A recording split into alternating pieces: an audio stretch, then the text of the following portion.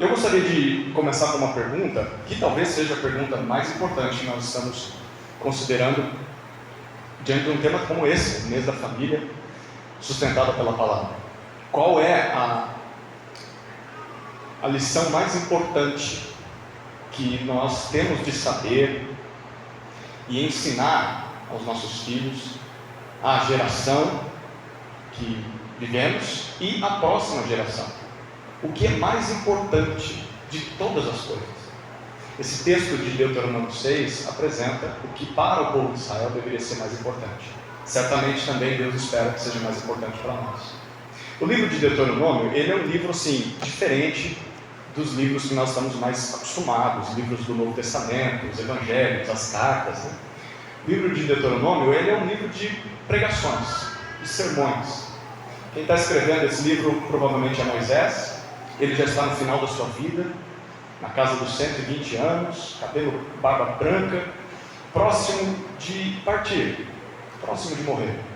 Ele está às portas da terra prometida. Depois daqueles 40 anos peregrinando com o povo de Israel no deserto, ele está com a segunda geração de israelitas. Aquela primeira foi aquela geração que saiu do Egito, que atravessou o Mar Vermelho e que foi rebelde contra o Senhor. Você lembra desse evento? Eles foram incrédulos, eles foram rebeldes, e por conta disso Deus disse: vocês não vão entrar na terra. Uma viagem que duraria cerca de 40 dias, durou 40 anos. Deus fez eles rodarem ao redor da terra, ali naquele deserto, até que aqueles que foram rebeldes morressem. E então os filhos daquela geração entrariam na terra prometida. Então Moisés agora ele está ministrando essa nova geração. Aquelas crianças ou jovens que passaram por todo aquele período, talvez pessoas que nasceram ao longo desse tempo, nasceram no deserto ali, e agora estão para entrar na terra prometida. O propósito de Moisés ao escrever Deuteronômio é lembrar aquele povo do pacto que eles tinham com Deus. Todas as vezes em que você vê no Antigo Testamento o termo Senhor em caixa alta, né, em letra maiúscula, é o nome que se atribuía ao Deus que tem um pacto com o povo, que tem uma aliança com o povo, que tem um casamento com o povo. Então Moisés quer mostrar para eles e lembrar: olha, vocês têm um pacto com Deus. Deus fez um casamento com vocês, Deus se casou com vocês. E vocês também têm uma parte do contrato a ser cumprida. Então, nesse livro, ele mostra qual era o papel do povo diante da aliança que tinha com Deus. E ele também avisa o que vai acontecer se eles forem fiéis ao lado deles e se eles forem infiéis. Deus vai continuar com o seu pacto, mas se eles fizerem o papel deles, eles serão abençoados por Deus quando entrarem na terra prometida. Se eles falharem no seu papel, Deus vai discipliná-los e, por fim, vai tirá-los da terra, vai expulsá-los da terra. Permanecer na terra prometida dependia da fidelidade do povo à aliança de Deus. Deus não deixaria de ser o Deus deles, mas essas bênçãos eles deixariam de desfrutar. Então, Moisés faz 4 discursos, 3 são ao povo, o último é a Josué, aquele que vai herdar o bastão da liderança. E o texto do capítulo 6 está no segundo discurso. É um trecho longo do livro, começa no capítulo 5, vai até o capítulo 26. Então é o segundo capítulo desse grande discurso, o segundo discurso que ele está dando, que basicamente é o discurso que mostra quais eram as leis que o povo deveria obedecer. Qual é a parte de vocês no contrato? É o que nós vemos nesse trecho. No capítulo 5, ele começou esse discurso falando sobre os 10 mandamentos. Então aquilo que você lê em Êxodo capítulo 20, que é a descrição dos 10 mandamentos, é repetido em Deuteronômio capítulo 5. Em Êxodo 20 foi para aquela primeira geração. Agora, em Deuteronômio 5, é para essa nova geração, os filhos daqueles que foram rebeldes. Aí, no capítulo 6, o que Moisés parece estar fazendo é o seguinte: por que nós devemos obedecer aos 10 mandamentos? Por que obedecer? Por que é que nós devemos conhecer a palavra de Deus, as leis de Deus? Por que é que nós devemos meditar nessa palavra? Por que é que nós devemos aprender dela? Por que é que nós devemos praticar aquilo que o Senhor diz? 3 razões. 3 razões para que você obedeça ao Senhor. É isso que nós vamos ver em Deuteronômio capítulo 6. Obedeça ao Senhor primeiro porque o Senhor é único. É o que dizem os versículos 1 a 9. Obedeça ao Senhor, em segundo lugar, porque Ele nos abençoa. Versículo 10 até 19. E terceiro, obedeça ao Senhor porque Ele nos libertou. Versículo 20 até 25. Então são 3 razões do porquê nós devemos obedecer as leis, as normas, a palavra do Senhor. Primeira razão da obediência é que o Senhor é único. Acompanhe comigo a leitura dos versículos 1 a 9 de Deuteronômio 6.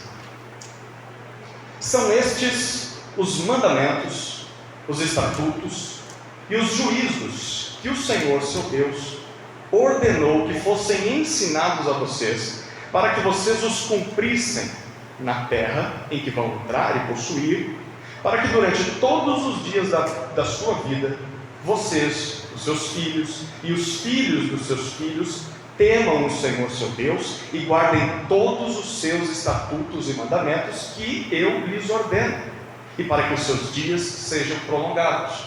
Portanto, escute, Israel, e tenha o cuidado de cumprir esses mandamentos, para que tudo lhes corra bem, e vocês muito se multipliquem na terra, que mana leite e mel, como o Senhor, o Deus dos seus pais, lhes prometeu.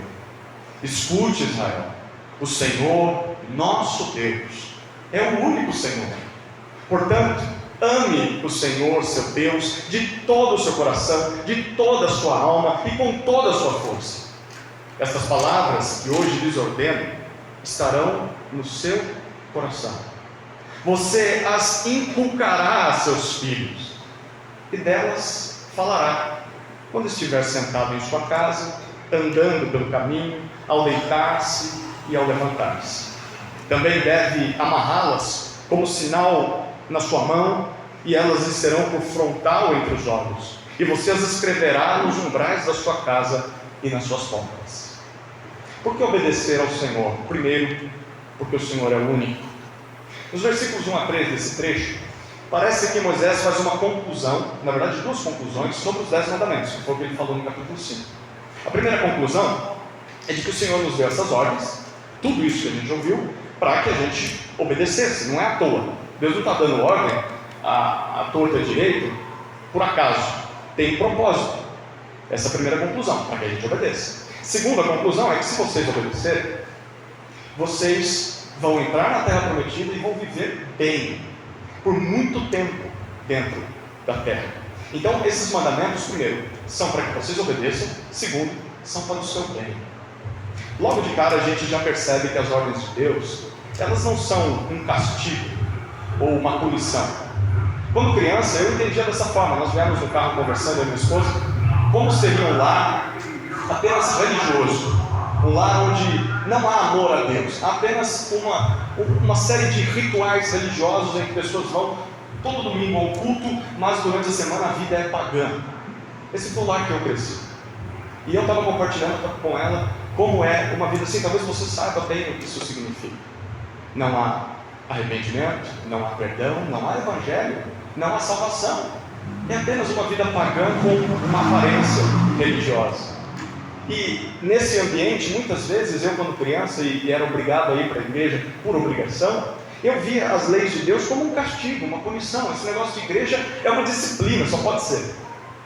E eu torcia para chegar à idade em que eu conseguisse dizer não para os meus pais, para não ir mais para a igreja. Eu vi os meus amiguinhos indo jogar futebol, e eu tendo que usar terno e gravata, aquele domingo quente de manhã.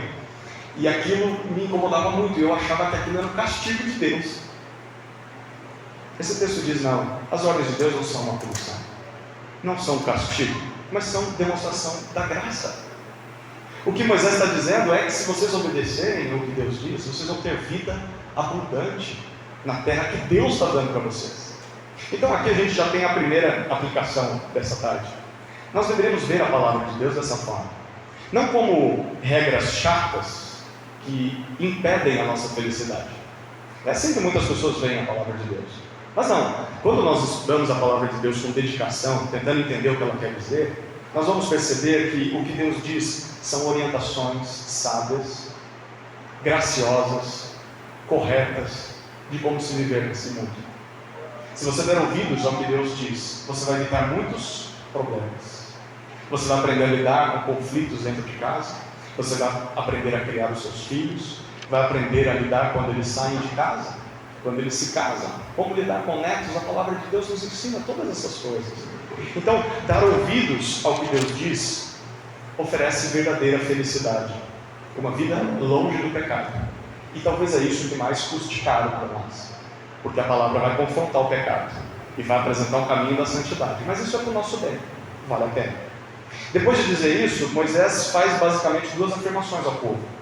No versículo 4, ele diz: o Senhor é o único Deus.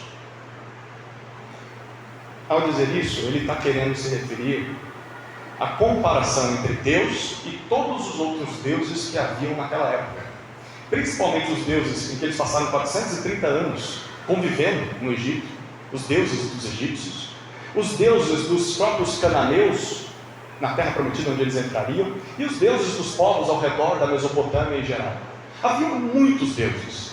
Todos esses diziam respeito a como as pessoas poderiam dar um jeitinho nas divindades para ter benefícios, seja os seus animais procriassem e vivessem muito tempo, seja o seu trabalho na terra frutificasse. Então era muito ligado à agricultura, à pecuária, à prosperidade do próprio povo.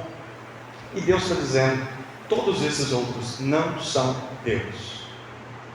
Eles não são deuses. Em Deuteronômio, Deus em duas ocasiões fala a respeito desses deuses. Eu sei que talvez por conta do tempo não dê para a gente abrir lá, mas no capítulo 4, no versículo 28, Deus diz: os deuses dessas nações, eles não passam de criação humana. Foram os próprios povos que os criaram. No final do livro, no capítulo 32, versículo 17, Moisés é bem incisivo e Moisés diz o seguinte: na verdade, esses deuses que os homens criaram, eles não passam de instrumentos nas mãos de demônios. Isso é bem forte. A linguagem de Deuteronômio é a seguinte: os deuses das nações não são deuses. As pessoas criaram essas imagens, não só físicas, mas mentais, de seres divinos que nunca existiram. São fruto da imaginação humana. E aí o que acontece? À medida que as pessoas começam a se curvar a essas divindades, os demônios se aproveitam. Os milagres acontecem, você fica: só pode ser de Deus. Olha lá o que está acontecendo, é uma coisa espiritual. Não é nada. Moisés já estava antecipando, Deus já tinha dito. Isso aí fica nas mãos das trevas e o povo fica cativo. Aquilo que ele mesmo criou. E Deus está dizendo: eu sou o único. Não existem outros deuses. Amém. Só eu sou Deus. Amém. Não foram vocês que me criaram, eu criei vocês. E o que é importantíssimo no versículo 4 é que ele diz: o Senhor nosso Deus. Moisés já está fazendo a afirmação dizendo de que esse único Deus que existe, apesar de quem nós somos, nos escolheu. Ele é nosso. Já parou para pensar, qualquer povo da terra poder dizer: o Criador dos céus e da terra é nosso, é meu. Esse Deus, ele escolheu conviver com o seu povo. Ele escolheu Israel para ser o seu povo, dentre todos os outros povos que não têm deuses reais. O Senhor é nosso. Essa primeira afirmação, a segunda está no versículo 5, é uma conclusão a isso. Portanto, diz o versículo 5, uma vez que Ele é o único e Ele é o nosso Senhor, Deus, ame-o com todo o seu coração, com toda a sua alma e com toda a sua força. Essas três palavrinhas expressam todo o nosso ser. Ame ao Senhor com tudo que você é, com todo o seu ser. O único Deus que existe escolheu se relacionar com o povo pecador. O único Deus que existe decidiu fazer uma aliança, um casamento com pessoas que não mereciam. Como é que a gente responde a isso? Bom, primeiro você abandona os seus ídolos, que sempre foi um problema na história de Israel. Se você ler o Antigo Testamento com calma, com atenção, você vai perceber que sempre havia ídolos do lar entre o povo. Sempre tinham ídolos do lar, eram ídolos que eles levavam junto consigo nas suas barracas.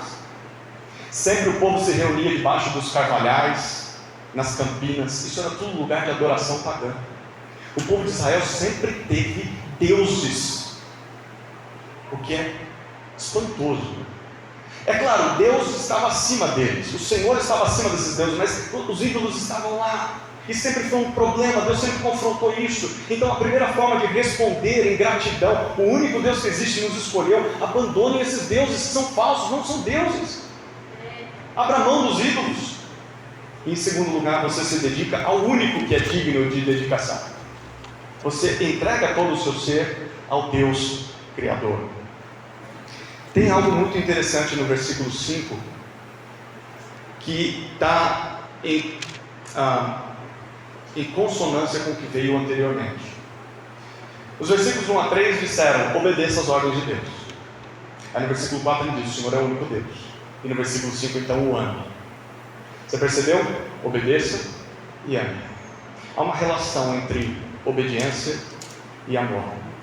A relação é a seguinte: nós só obedecemos, nós só nos dedicamos àquilo que nós amamos, ou a quem nós amamos, com todo o nosso ser. Não adianta ordenar obediência para alguém sem mudar os amores dessa pessoa, sem mudar as afeições, sem mudar aqui dentro.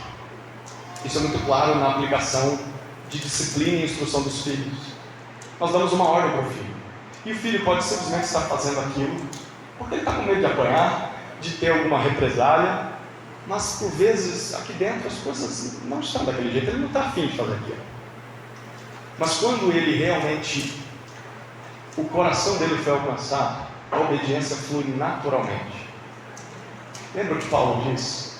O cumprimento da lei é o amor. Quando você ama, naturalmente você obedece, e você vai além das regras, porque você quer fazer o bem àquele a quem você ama.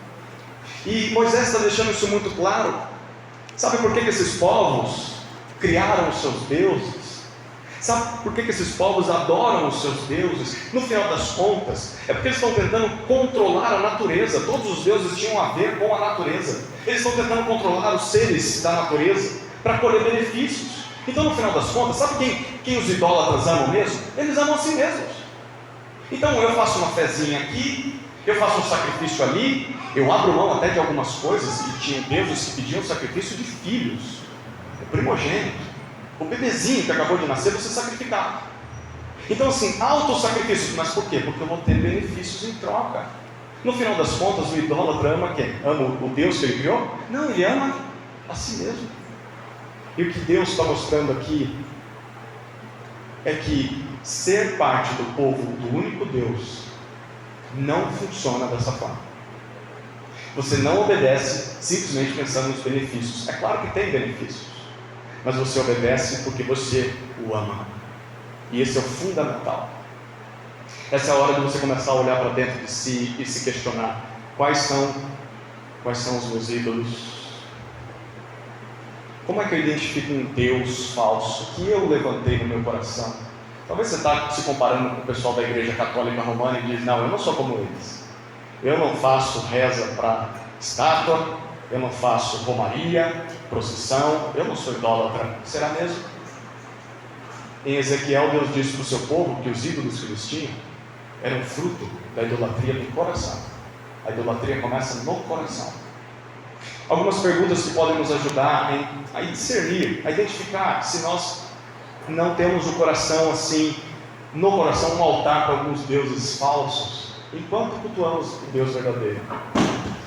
Algumas perguntas: a quem você mais ama? Ou ao que você mais ama? Se a resposta não for o Senhor, você tem um problema. Uma outra pergunta: se eu perdesse isso, a vida perderia o sentido. Talvez seja o seu casamento, talvez seja o seu filho. Quantas não são as pessoas que, ao perder um ente querido, seja pelo divórcio, seja pelo luto, seja por uma fatalidade, a vida acaba. Ela entra num loop de depressão, de tristeza, prostrada, e a vida para. Se eu perdesse isso, a vida perderia o sentido. Pelo que você estaria disposto a entregar a sua vida? Há pessoas que colocam a carreira ou a profissão como um Deus no seu coração. E fazem de tudo e sacrificam tudo no altar desse Deus. Abrem mão das suas famílias, abrem mão de suas igrejas, abrem mão da saúde. Param de dormir, param de comer bem, de se exercitar, por causa do sonho, da carreira. Há pessoas que cultuam os estudos. Estudar é bom, mas é enfado da carne, já dizia Salomão. Não há limites. E tem pessoas que cultuam o estudo, cultuam o casamento, os filhos. Deus diz claramente como os filhos deveriam ser criados, mas a pessoa diz, mas é tão bonitinho, como que eu vou fazer alguma coisa assim com ele? Não posso fazer isso. É um ídolo. Você ama mais esse serzinho que você criou, ou mais a si mesmo, porque você não quer mexer? Se eu falar para a Júlia não fazer isso, ele vai, melhor não, melhor eu vou passar vergonha no supermercado. Você não ama mais ao Senhor, você está amando mais o Deus que você criou. Tem pessoas que cultuam o sexo, que cultuam o prazer da carne, que cultuam a comida, que é tão prazerosa, mas que pode se tornar um ídolo. Cultuam o dinheiro, os bens, os relacionamentos. Tem pessoas que cultuam pessoas, que idolatram uma figura pública. Se ela usa um chapéu ainda e tem um lencinho que soa, ainda mais suado. Essas que aparecem na televisão. Pessoas que cultuam a tradição, a denominação. Coisas que podem ser boas, mas que são um perigo para o coração pecador, que ama criar ídolos. Idolatria é fruto de amor desordenado, um amor desequilibrado. Amar mais a alguém ou qualquer coisa que não seja Deus. Portanto, se você reorientar os seus amores, você vai reorientar a obediência. Passe a amar mais a Deus, e a obediência vai fluir naturalmente. Você vai começar a reparar isso. Se o seu filho está dando problema em casa, invista no relacionamento dele com Deus. Se ele amar a Deus, a obediência fluirá. Senão, ele só vai cumprir regras que você está dando, mas uma hora ou outra ele vai mostrar que ele não ama a Deus. A gente não gera isso no coração dos filhos, né? Então você fala e joelho no chão. Joelho no chão. Senhor, desperta esse amor dos meus filhos. O texto continua, versículos 6 a 9, ainda dentro desse tema. Por que amar a Deus? Porque Ele é único. Então parece que Moisés apresenta para nós 3 maneiras de amar a Deus, sobre todas as coisas, com todo o nosso ser. A primeira maneira está no versículo 6. Guardar estas palavras no coração, que ele diz. Coração, na linguagem do Antigo Testamento, é o motor, o cerne, o centro de quem nós somos. É tudo aquilo que a gente não vê numa pessoa, mas que está lá dentro. Então, é a junção do cérebro, do estômago, dos rins. No Novo Testamento, quando Jesus ele se comovia, a expressão é: as suas tripas se mexiam, mais ou menos. Então assim, tem coisas que a gente sente aqui, né? Então assim, o coração é tudo isso que a gente não vê, tudo que está dentro da pessoa, que dirige a pessoa. E o que Deus está dizendo é a origem dos seus amores, a origem das suas decisões, isso que está aí dentro de você. Guarde as minhas palavras aí dentro. Essa é a primeira forma de você mostrar que ama a Deus, ou de buscar amar a Deus. Para amar a Deus, nós precisamos guardar o que Ele diz dentro de nós. Para isso a gente precisa saber o que Deus diz. A gente precisa decorar o que Deus diz. A gente pode repetir o que Deus diz para nós mesmos e para os outros. A gente pode colocar em prática. Amor não surge naturalmente. Se você ficar esperando, sentado em uma cadeira de balanço, para amar a Deus, vai continuar esperando. Você precisa se mover. E o primeiro passo é: internalize a palavra de Deus. Coloque ela dentro de você. É a primeira forma de buscar amar a Deus. Se você não fizer isso, você não ama a Deus. Se você não fizer isso, Deus está dizendo: você não me ama. Você acha que me ama, mas não me ama. Segunda maneira de amar a Deus, versículo 7. Inculcando estas palavras em seus filhos. É muito sugestiva a palavra inculcar, porque o significado dela literalmente é como se você pegasse uma maquita. Não faça isso em casa, porque senão eu vou ser preso e você também. Como se você pegasse uma maquita e você abrisse a cabeça da criança, um pedaço para um lado, um pedaço para o outro, você pegasse a palavra de Deus e colocasse lá dentro. E aí você fecha as duas partes. Bom, vamos para a igreja agora. Não faça isso, você entendeu? A palavra é uma figura de linguagem. Você faz um trabalho como se fizesse isso. Você quer colocar a palavra do Senhor dentro dessa criança. Não é simplesmente dar ordens para a criança. Amar a Deus implica, olha que interessante, não só eu me dedicar a amar a Deus. Amar a Deus implica em eu amar a Deus e ensinar a criança a fazer o mesmo. Ensinar aqueles que estão sob os meus cuidados a fazerem o mesmo. Tem muito marido que acha que cumpriu o seu papel, muito pai que diz: meus filhos já estão criados, só porque ele deu comida, roupa e malemar pagou os estudos, né? O que ele fez qualquer um faria. Esse não é o papel de um pai completo, não. Esse é o começo, por onde deveria começar, mas não é o final. Parte por levar o amor a Deus aos seus filhos também. Como é que nós fazemos isso? Como é que nós ensinamos a palavra de Deus àqueles que estão ao nosso redor? O próprio texto dá sugestões. Moisés fala sentando em casa. A ideia aqui é de momentos cotidianos, momentos corriqueiros, aqueles, sabe, que a gente acha que são ordinários. Tem um pastor que eu gosto muito que ele diz assim: por vezes nós vivemos momentos ordinários na vida. É sentar e tomar um café com a família reunida na mesa. É passear com a família, um dia comum, depois do trabalho, sair para andar na rua com a família. É o ir para a igreja junto com todos os filhos reunidos. A gente acha que é ordinário, mas chega momentos da vida em que a gente olha para trás e percebe que eram extraordinários. Quão maravilhosos eram aqueles tempos. Talvez você já não tenha mais a possibilidade de ter aquilo. Então é valorizar essas coisas pequenas, diárias. É uma criança que está olhando o papai fazendo um concerto. É uma filha que vê a mamãe lavando a louça. Vem para perto. Enquanto você faz as coisas de casa, numa conversa, num momento de disciplina, inculcar a palavra de Deus, não só castigar fisicamente o filho, mas mostrar para o filho: Deus diz isso, filho. Deus quer o seu coração. Olha que momento, a alma se abre, né? Não é isso que acontece? Quando uma criança toma uma varada, de novo, se isso aqui está sendo gravado, eu posso até ser preso depois. Não é natural, está tudo bem. Quando toma varada, eu gosto desse momento, porque é o momento em que a alma da criança se abre assim. Você me feriu! Sim, porque tem algo que vai te ferir muito mais. É a ira de Deus sobre os seus pecados que te causam mal. E aí quando a alma abre, aí você vem com o evangelho. Não é só dizer: não pode fazer isso. Jesus morreu por esses pecados. Jesus quer o teu coração. Na disciplina. Como é que você faz disciplina assim? Se você pega a primeira coisa que vem pela frente, joga na cabeça da criança, né? Faz na frente de todo mundo, humilhando a criança. As coisas ordinárias.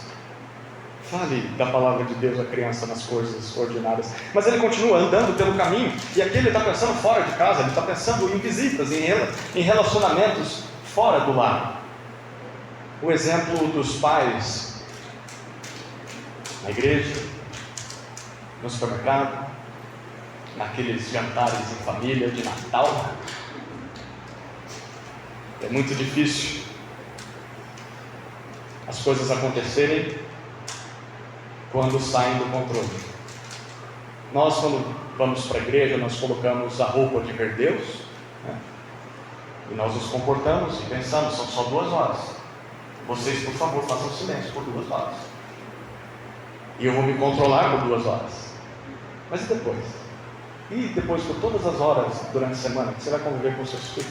É isso, é andando pelo caminho, mostrando para eles que o amor a Deus faz sentido e está transformando o papai e a mamãe o tempo todo. Ele termina e diz o tempo todo, e ele joga tudo, porque ele fala ao deitar e ao se levantar, o tempo inteiro. Uma boa métrica para avaliarmos se amamos a Deus é se nós falamos da palavra de Deus em família. Se nós falamos da palavra de Deus o tempo todo. Talvez o motivo de muitos filhos de famílias puramente religiosas, que não amam Deus, são idólatras. Quem sabe, talvez, o motivo de muitos filhos em lares assim não amarem a Deus, não seja porque os pais não amam verdadeiramente. Os filhos aprendem com os pais o que é importante. O amor que papai tem pelo time dele, o amor que mamãe tem pelas coisas dela, mas e o amor pela palavra? E o amor a Deus? Como você quer que seu filho ame a Deus se você não ama a Deus? Terceira maneira de amar a Deus: a primeira é guardar as palavras dele no coração. Segundo, inculcar isso nos seus filhos. Terceiro, versículos 8 e 9, levar essas palavras a todos os lugares. Os judeus levaram isso ao pé da letra, a ponto de ter pedaços da palavra gravados neles mesmos, colocados nos batentes das portas. Tudo bem, não tem problema quanto a isso, mas o que Deus quer mostrar com tudo isso é: leve a palavra, lembre-se da palavra, tenha ela em mente, tenha ela em vista o tempo todo, para que você possa obedecê-la. Se a palavra não nos acompanha nos afazeres diários, na leitura da palavra, aquele tempo que você vai ter de devoção, se ela não está nos acompanhando enquanto meditamos e memorizamos aquilo que lemos, se ela não está presente nas nossas cantigas, nas nossas músicas, se não está presente na nossa prática, nós não podemos dizer que amamos a Deus. Levar a palavra onde quer que estejamos. Por que obedecer a Deus? Porque Ele é único. Ele é único, digno de nosso amor. Em segundo lugar, a segunda razão da obediência, Moisés basicamente diz que devemos obedecer ao Senhor porque Ele nos abençoa. Olha o que diz os versículos 10 até 19. O Senhor nos abençoa.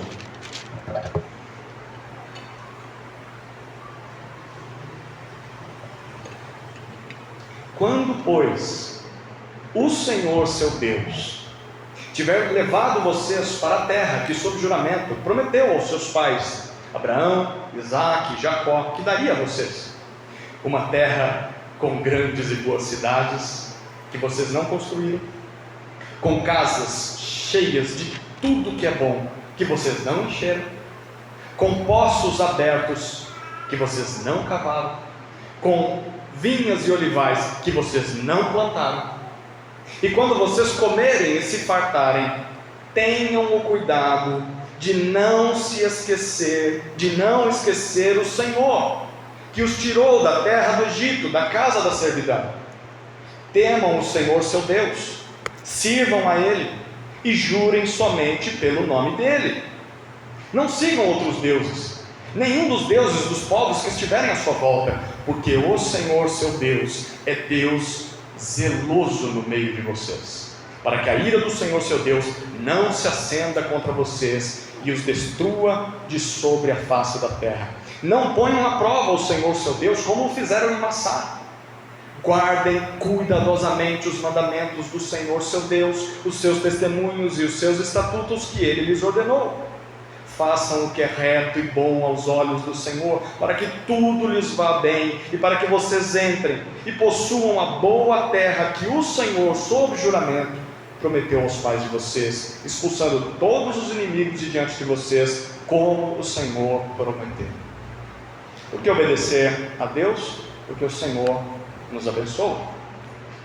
Nos versículos 10 e 11, Moisés pede para que o povo imagine o futuro, o dia em que eles entrarem na terra prometida. Ele mesmo não vai entrar, ele já sabe disso. Ele também foi rebelde, ele também foi incrédulo. E ele diz: um dia vocês vão entrar. Deixa eu dar alguns detalhes de como é a terra. O nosso irmão Cláudio, que veio conosco, ele é corretor de imóveis, Então ele entra numa propriedade, ele já observa, ele já consegue metrificar toda aquela área. Então ele já pensa como é que ele pode vender aquele local. E aqui você tem uma boa descrição do corretor Moisés.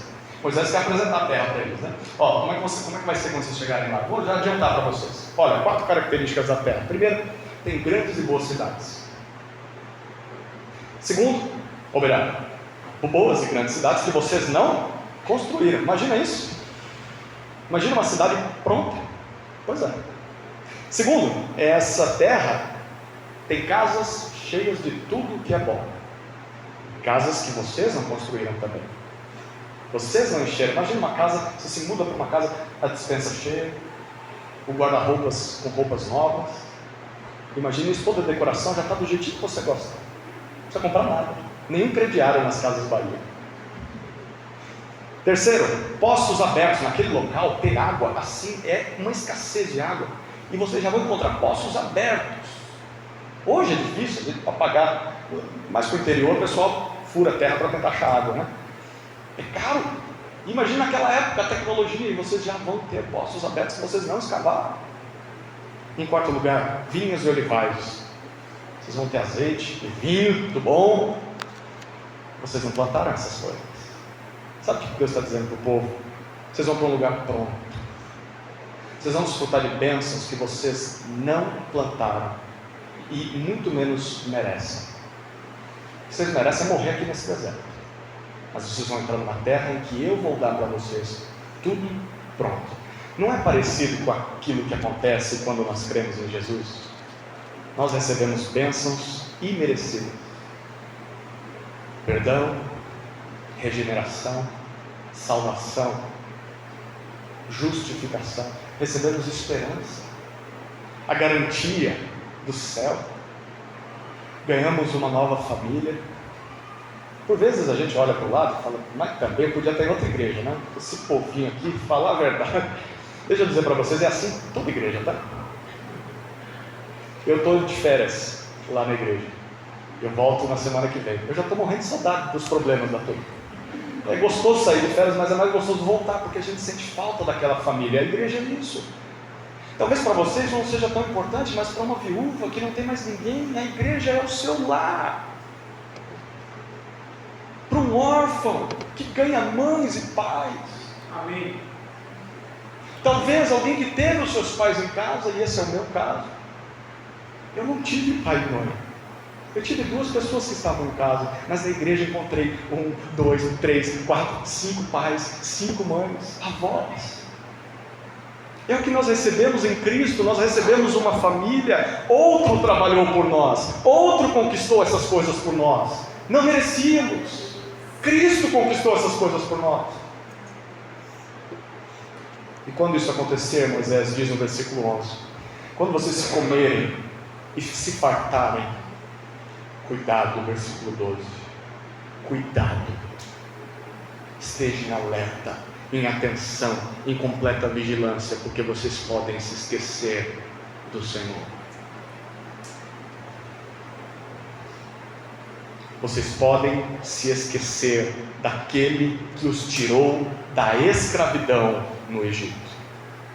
Aqui está uma lição para a vida. A lição é a seguinte: eu não sei se você sabia que você ia vir para a igreja hoje para ouvir um negócio desse. Tem gente indo para a igreja agora em busca de prosperidade. A do chapéu promete isso, e tantas outras. Mas segundo Moisés, a prosperidade é perigosa. Cuidado. A bonança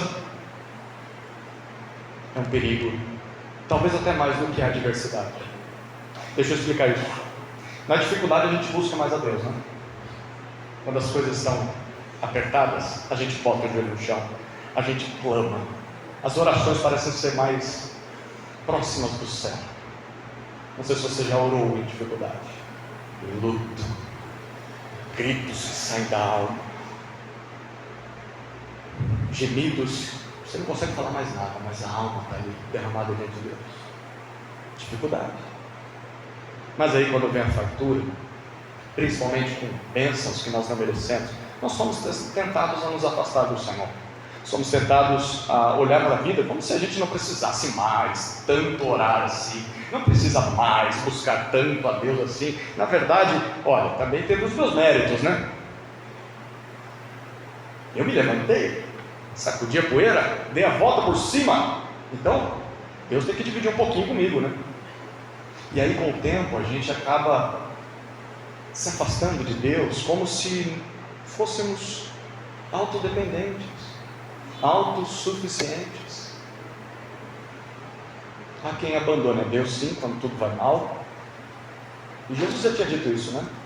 Naquela parábola do semeador, ele disse: quando tem os problemas da vida, as pessoas, há quem faça isso, mas também há pessoas que abandonam a Deus quando tudo está bem. Não acontece, pastor? Gente que procura a igreja, procura aconselhamento, quando o casamento está indo mal, pior, quando os filhos estão se rebelando, quando está com um problema interno dentro de casa. Mas é quando as coisas se resolvem. Cadê fulano? Não, já está tudo resolvido. Então, cuidado. Lembre-se de que você era escravo. Se não fosse Deus, você estaria nas mãos do Egito, né? Você não tinha nada para oferecer para Deus, você não merecia nada a não ser aquilo que você tinha. Se fosse Deus, você continuaria escravo. Faça isso nos tempos difíceis. Lembre-se de que você era escravo, e isso traz gratidão para a gente. Quando a gente está num momento difícil, mas aí lembra: poxa vida, Deus te libertou, Deus te salvou, Deus se preocupa com você, Deus te ama, apesar de que você está sofrendo. Isso traz conforto para a gente, traz ânimo para a gente. Eu não entendo o que está acontecendo, mas eu sei que Deus me ama, Ele me salvou. Lembre-se disso nos momentos difíceis, mas principalmente lembre-se disso nos momentos fáceis, para que você não se esqueça de Deus.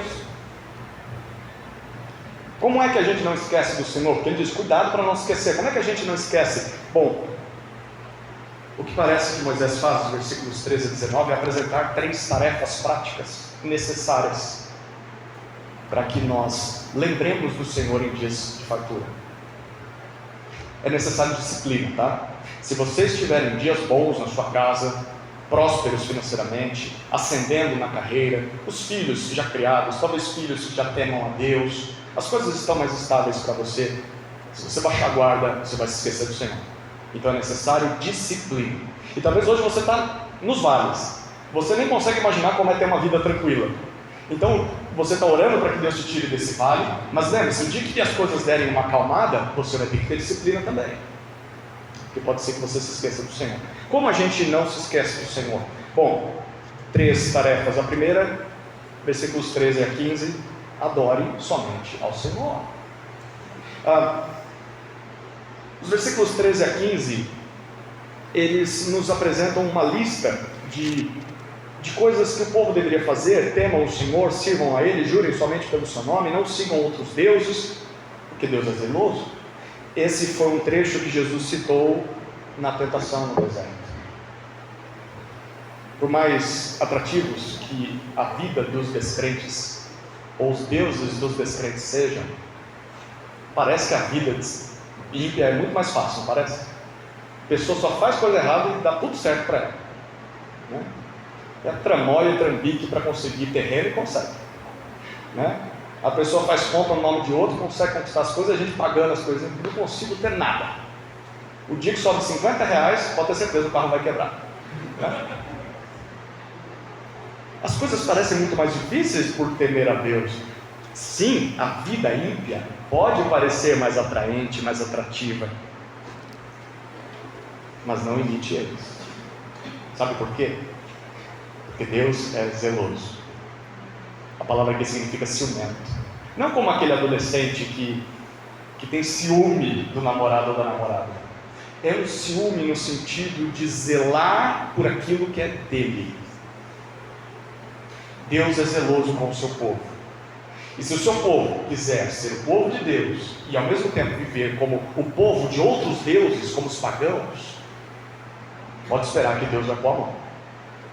Pode ter certeza. Se você sai por aí arrotando dizendo que é povo de Deus, eu sou de Jesus, ótimo, que bênção que Jesus te alcançou. Então se comporte como tal.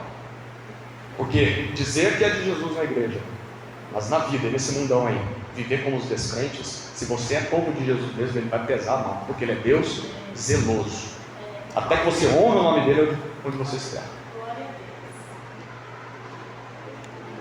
É pior conhecer a Deus e não viver como se o conhecesse, do que nunca conhecer, porque ele há de vingar, de agir com zelo em relação ao seu povo.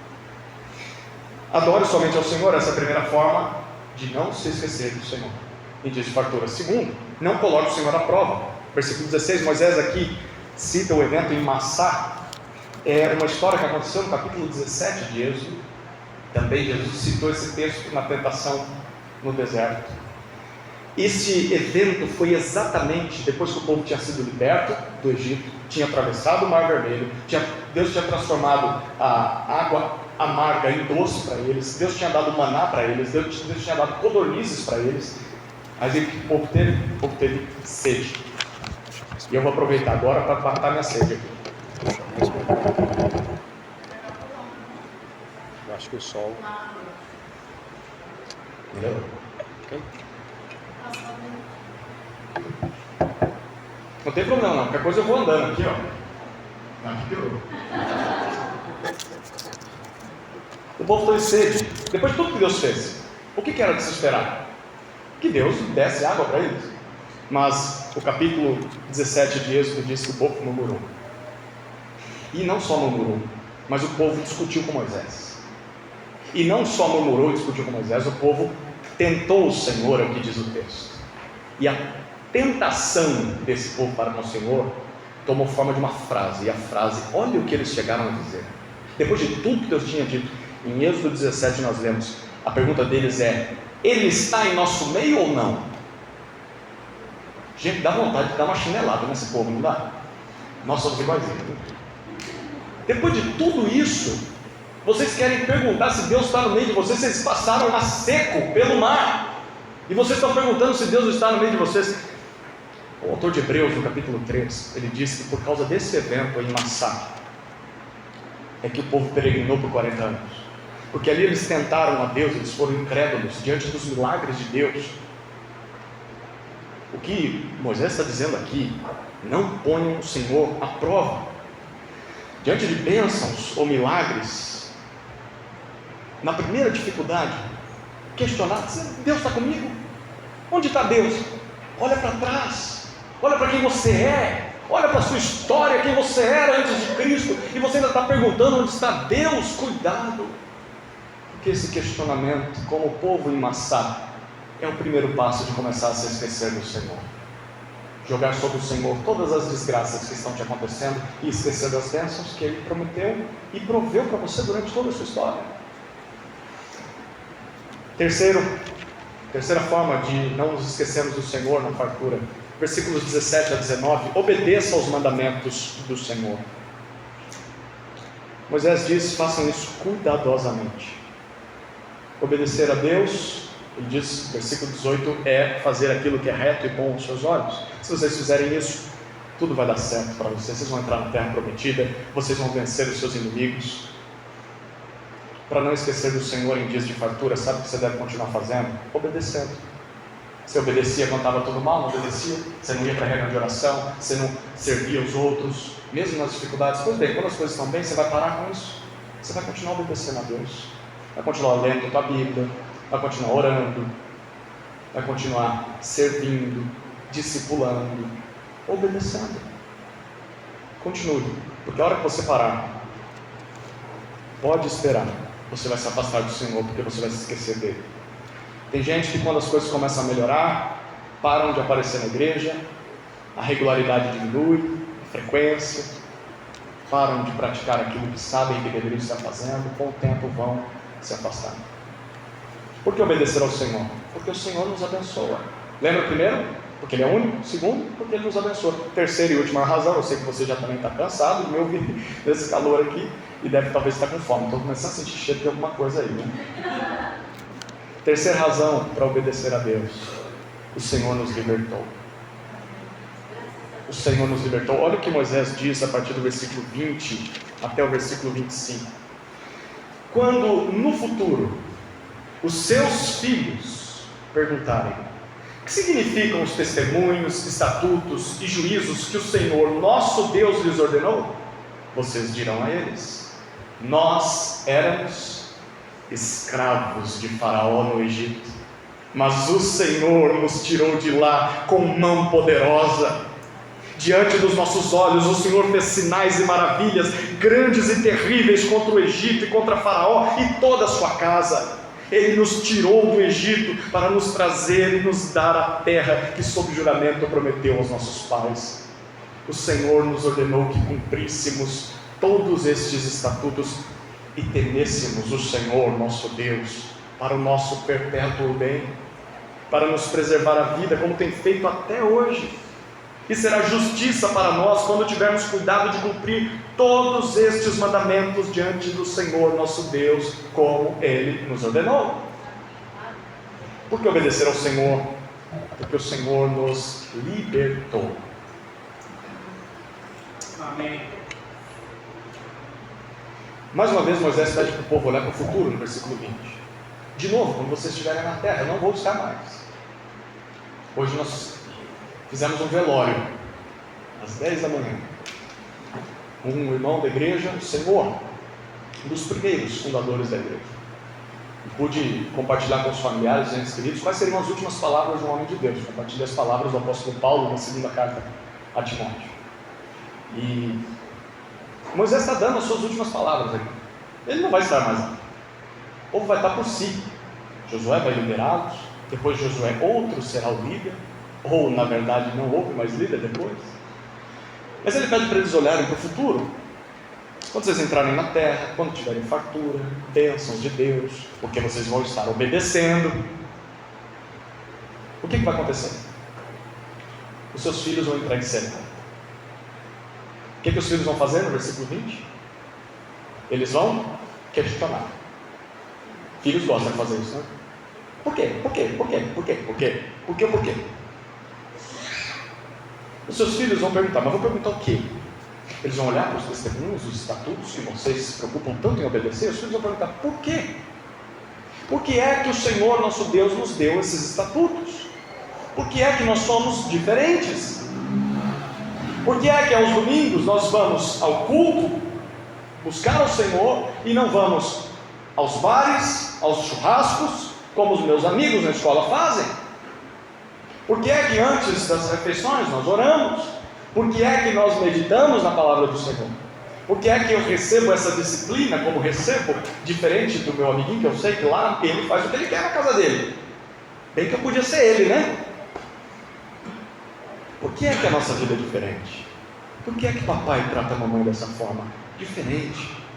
Por que é que mamãe se submete e ama o papai dessa forma? Por que é que a nossa família é diferente? Bom, perceba que Moisés está deixando muito claro de que a obediência dos pais vai ser visível. Os filhos vão perceber que a vida é diferente. Os filhos vão perguntar por que a vida é diferente.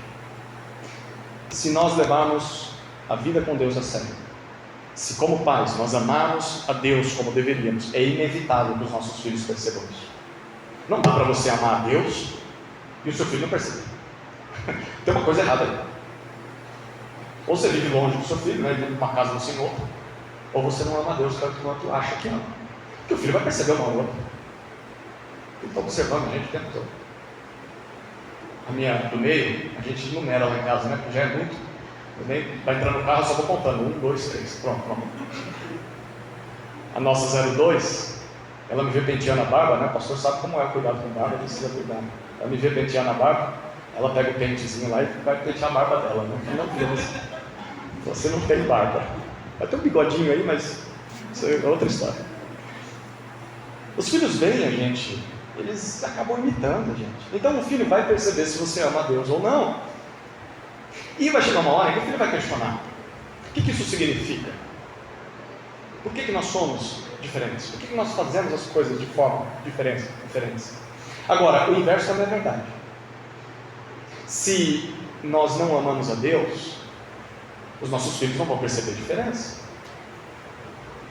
Aí que mora o problema. Se o centro de culto da nossa casa, o altar de nossa casa, é o da pena, em que a televisão jorra sangue, ao invés de ser a palavra de Deus, o joelho no chão, o filho vai olhar e vai falar: eu visitei meu amiguinho. Meu pai assiste a mesma coisa que o pai dele. Meu pai fala os mesmos palavrões que o pai dele fala. A nossa vida é a mesma coisa. Só que a diferença é que meu amiguinho pode jogar bola de domingo, eu não posso, porque eu tenho que estar na igreja. Ouse não amar a Deus, e o filho vai perceber também. Ele vai falar: nossa vida não é diferente, não. É só aparência. Eu cresci num ambiente religioso, só que não estava no material. Mas eu cresci num ambiente religioso em que não podia nem ter televisão. E aí, uma vez eu fui visitar a filha de uma família, a gente foi visitar uma família de alguém que dirigia a igreja. E aí, a filhinha deles, eu era pequeno, eu nem me lembro que idade que eu tinha, criançada, né? Chega a visita e tal, a criança aí, vem, vou te mostrar um negócio. E aí eu fui, né? Aí a menina foi abrir o guarda-roupa da casa dos pais, tinha uma televisão dentro do guarda-roupa. Que engenharia que aquele pai fez para ter uma televisão lá dentro. E eu olhei e falei, nossa, segredinho. Não tem problema você ter televisão não, tá? Mas não fica assistindo tanto da Atena não, assiste outra coisa pro seu filho, por favor. Se nós não amamos a Deus tanto quanto deveríamos, os filhos vão perceber. E aí os filhos vão perceber que nós somos iguais às outras famílias. E na verdade, vai acabar gerando mais ódio nele do que amor a Deus. Porque ele vai ver e vai falar, nós temos restrições, eu não posso fazer coisas tão prazerosas que os meus amigos fazem. Porque meus pais são hipócritas. Porque eles dizem que eu tenho que ser diferente, mas eles não são diferentes. É tudo fachada. Se o pastor visitasse a gente num dia sem avisar, ele ia ouvir as músicas que eles estão ouvindo em casa, ele ia ver uma discussão deles, ele ia ver como é que eles tratam os filhos deles quando os filhos desobedecem. É tudo ímpio. Mas dentro da igreja é tudo comportado. Quantos não são os jovens hoje frustrados com Deus? Não é por causa de Deus, é por causa da relação que seus pais tinham com esse Deus que eles diziam amar. Pais que não amavam a Deus. E os filhos ficam com raiva disso. Como é possível Deus ser tudo isso que Ele é e alguém olhar para Ele e ter raiva de Deus? Muitas vezes nós temos a raiva da forma com que as pessoas nos apresentam Deus. O coração é pecador e é duro também. Tem gente que odeia Deus sem motivo, mas muitas vezes os pais são motivo também. Ok, como responder? Vamos considerar que nós estamos fazendo um trabalho que vivemos. Estamos amando a Deus e os filhos vão perguntar, por que a gente faz isso? Por que a nossa vida é diferente? Moisés apresenta duas respostas. Primeira resposta, o Senhor nos libertou. Essa é a primeira coisa que você vai dizer para o seu filho. O Senhor nos libertou. Por isso Ele nos deu ordens e nós cumprimos as ordens dele. Versículos 21 a 23, Moisés diz isso. Nós éramos escravos no Egito, mas Deus nos tirou de lá por meio de inúmeros milagres. Sabe o que você vai dizer para o seu filho? Filho, sabe por que nós amamos a Deus? Sabe por que nós obedecemos a Deus? Porque o Senhor nos libertou. Um dia você talvez nem se lembre, ou você nem tinha nascido ainda, nós éramos escravos. Papai e mamãe eram escravos do pecado, talvez não do Egito, eu acho que dificilmente a gente vai ter um escravo aqui do Egito, mas éramos escravos do pecado. Éramos servos do diabo, o diabo controlava a nossa vida. Nós éramos escravos do mundo. Tudo que o mundo faz a gente tinha que fazer, senão a gente ia ser estranho, esquisito, e a gente fazia mesmo não gostando. Sabe essas músicas que você ouve? Aquelas tinguirigui, tinguirigui, tinguirigui, sabe? Aqui vocês devem ter. O nosso bairro é igualzinho, a igreja onde a gente está é uma música aqui, outra aqui, outra aqui, outra aqui. Você ouve, então como que alguém pode gostar desse negócio? Não é possível. Talvez se você for honesto, né, numa conversa com um amigo que ouve esse tipo de música, você pergunta para ele, cara, você gosta mesmo disso? Eu não gosto tanto assim, mas todo mundo ouve, né? Se eu não colocar, ninguém vem no meu churrasco, na minha festa. Já parou para pensar? A gente faz coisas que nem gosta, porque esse mundo faz. Nós éramos escravos. E você vai dizer isso para o seu filho, nós éramos escravos, mas o Senhor nos salvou, tendo o maior milagre de todos. Ele não abriu o Mar Vermelho, Ele abriu o Rio Jordão quando Jesus foi batizado. O maior milagre é Jesus. Nós somos salvos por Jesus, filho. Ele nos tirou da escravidão ao pecado, da escravidão ao diabo, da escravidão ao mundo. Nós somos livres. É por isso que a nossa vida é diferente. Amém. Pais não só devem experimentar a salvação, a libertação, mas mostrar para os filhos isso. Filhos, a nossa vida é diferente, porque Deus nos salvou e Deus também quer salvar vocês.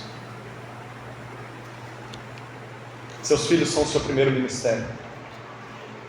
Os primeiros a quem Deus quer que você testemunhe da salvação em Jesus. Não delegue esse privilégio, essa responsabilidade para a igreja ou para o pastor. A igreja e o pastor têm o seu papel de ensiná-los a criar os seus filhos e a conduzi-los, os seus filhos, a Jesus. Mas o papel é teu. O papel primordial é teu. Não perca o privilégio disso. O privilégio de, com o seu filho, conduzi-lo a Jesus. Gente, isso é maravilhoso. Eu já tive experiências assim com filhos dos outros, mas com seu filho a coisa é diferente. Você vê a salvação chegando naquele coração. Não perca esse privilégio. Segunda resposta, por que a gente é diferente? Bom, porque o Senhor nos ordenou. Primeiro, o Senhor nos libertou. Segundo, o Senhor nos ordenou. É o que diz nos versículos 24 e 25. Moisés diz, olha, depois de Deus nos libertar, Ele deu os estatutos para que a gente cumprisse. Porque se a gente cumprir e temer a Ele, não basta só obedecer, tem que amá-lo, nós teremos perpétuo bem. Nós vamos viver em justiça.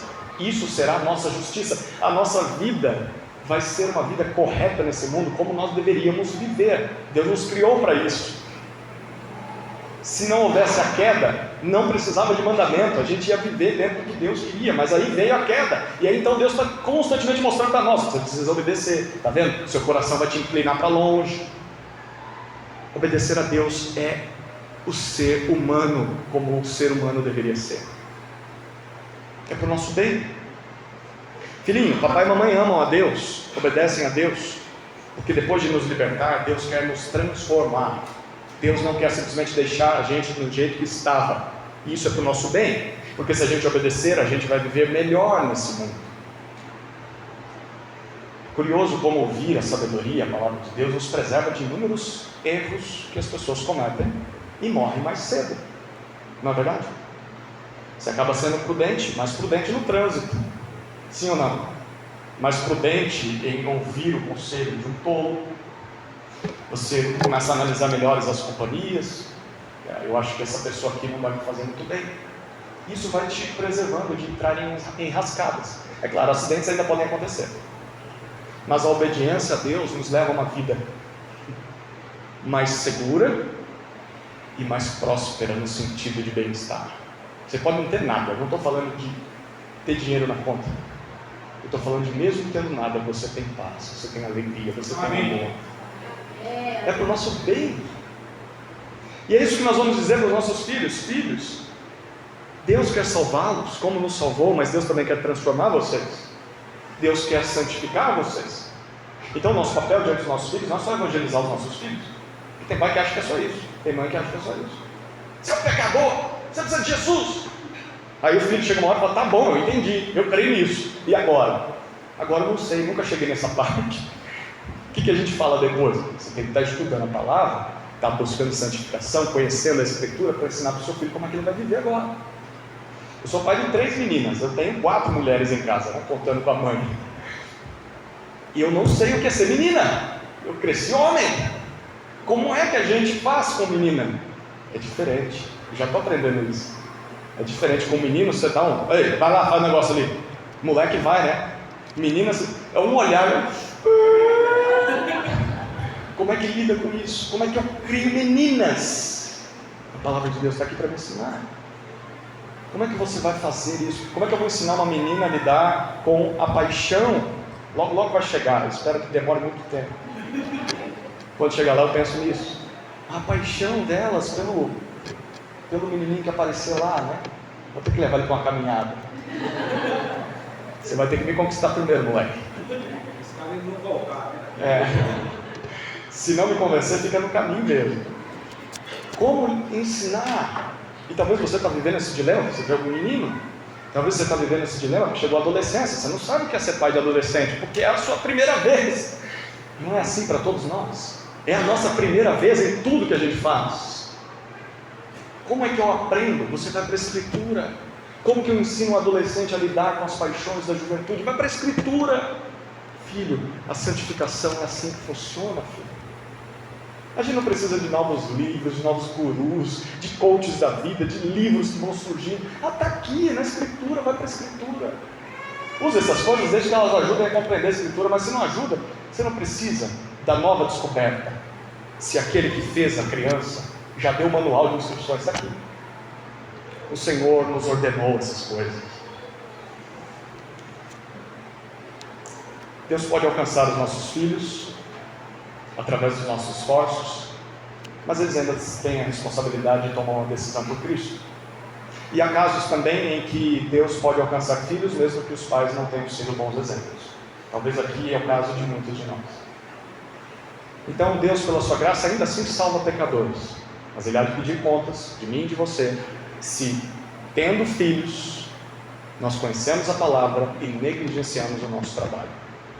Prestaremos contas, não pela conversão dos nossos filhos, porque uma hora eles vão ter que andar sozinhos, mas prestaremos contas de como conduzimos eles a essas compreensões, de como testemunhamos de alguém que ama a Deus. Bom, eu já falei bastante. O que é mais importante? Saber e ensinar a respeito de Deus para essa geração e para a próxima geração. Obedeça a Deus. Mas por que eu vou obedecer a Deus? Obedeça a Deus porque Ele é único. Obedeça a Deus porque Ele nos abençoa. Obedeça a Deus porque Ele nos libertou. Bom, Israel ouviu tudo isso, entrou na terra e o que aconteceu? Fracassou, apesar de tudo isso. Enquanto Josué estava vivo, o negócio deu certo, mas depois que Josué morreu, os líderes morreram, virou um caos de juízes, né? E a história nunca mais foi a mesma. Entrava rei, saía rei, a mesma coisa, até que eles são disciplinados. Deus tira eles da terra, é o exílio para a Babilônia, mas a promessa continuava. Eu tenho pacto com vocês, eu tenho uma aliança com vocês, eu amo vocês. Mas os pecados levavam o povo à maldição da lei. É então que entra na história a pessoa do Filho, Jesus Cristo. Do Egito chamei meu filho. E Jesus vem, e Jesus ama a Deus, Jesus obedece a Deus, Ele vence a tentação no deserto, mas Jesus morre como um amaldiçoado naquele madeiro. Quem disse que aquele que é pendurado na madeira é amaldiçoado foi Moisés em Deuteronômio. Maldito aquele que é pendurado na madeira. Porque é que o Filho de Deus viveu de forma obediente a Deus, amando a Ele o tempo todo, mas ainda assim morreu como amaldiçoado, porque tanto a vida quanto a morte estava sendo feita no nosso lugar. A vida de obediência e de amor a Deus era para nos substituir diante de Deus, porque a gente não conseguiria. A vida, a morte naquela cruz, tomando sobre si a maldição da quebra da lei, também era no nosso lugar. Então, através da morte de Cristo, a sua obediência é passada a nós. Por causa daquele sacrifício nós somos aceitos, perdoados por Deus, e através dele nós temos um novo pacto, uma nova aliança, não como a anterior. A anterior contemplava maldições, contemplava uma terra física apenas. A nova não tem mais maldição. Na nova aliança não há mais punição eterna contra pecados. Tem disciplina enquanto estamos vivos, mas após o fechar dos olhos para essa terra e abrir os olhos para a eternidade, não há mais juízo. Nós temos acesso a uma terra que não é mais física, uma terra celestial, eterna, onde não há mais presença de pecado, de morte, de dor, de lágrimas. Não há mais possibilidade de maldição. Essa é a nova aliança. É para lá que nós estamos indo, para a nova terra prometida. Até lá o que a gente faz? A gente obedece a Deus. Vamos marchando, vai ter tropeços, erros, acertos. A gente vai marchando. E a gente marcha e obedece porque o Senhor é o único. Não há outro Deus. Nós obedecemos porque Ele nos abençoa. E nós obedecemos porque Ele nos libertou. Que os nossos filhos e as pessoas ao nosso redor também conheçam a esse Deus. Amém? Posso orar? Vamos orar? Querido Deus Todo-Poderoso, Pai de eternidade, Senhor da aliança, obrigado pela Tua palavra. Obrigado por Tua misericórdia, por Tua compaixão a pecadores como nós. Não fosse o Senhor, continuaríamos escravos. Não fosse o Senhor, continuaríamos perdidos. Mas aprove ao Senhor nos salvar. Aprove ao Senhor se manifestar, se revelar a nós. Aprove ao Senhor enviar o Teu Filho para nos redimir. Obrigado por essa notícia. Obrigado por podermos crer nessa notícia. Queremos responder a esse favor gracioso da melhor maneira que podemos, mesmo com sacrifícios e mãos sujas pelo pecado, manchadas pelo pecado. Queremos oferecer para o Senhor o nosso melhor, e o nosso melhor é a obediência à Tua palavra. Por meio de Cristo o Senhor aceita a nossa obediência, e que nossa obediência seja um impacto positivo para o nosso cônjuge, se ele ainda não teme ao Senhor, para os nossos filhos, para que eles um dia percebam e tenham uma comparação de alguém que amou a Deus e que eles também queiram viver isso. Sejamos, Senhor, um exemplo de pessoas que amam ao Senhor porque foram salvas pelo Senhor, aos nossos familiares, aos nossos amigos de infância, colegas de trabalho, as pessoas com quem nós convivemos. Que isso não seja um peso, mas seja o resultado natural de um coração alcançado pela graça. Oramos assim, em nome de Jesus. Amém.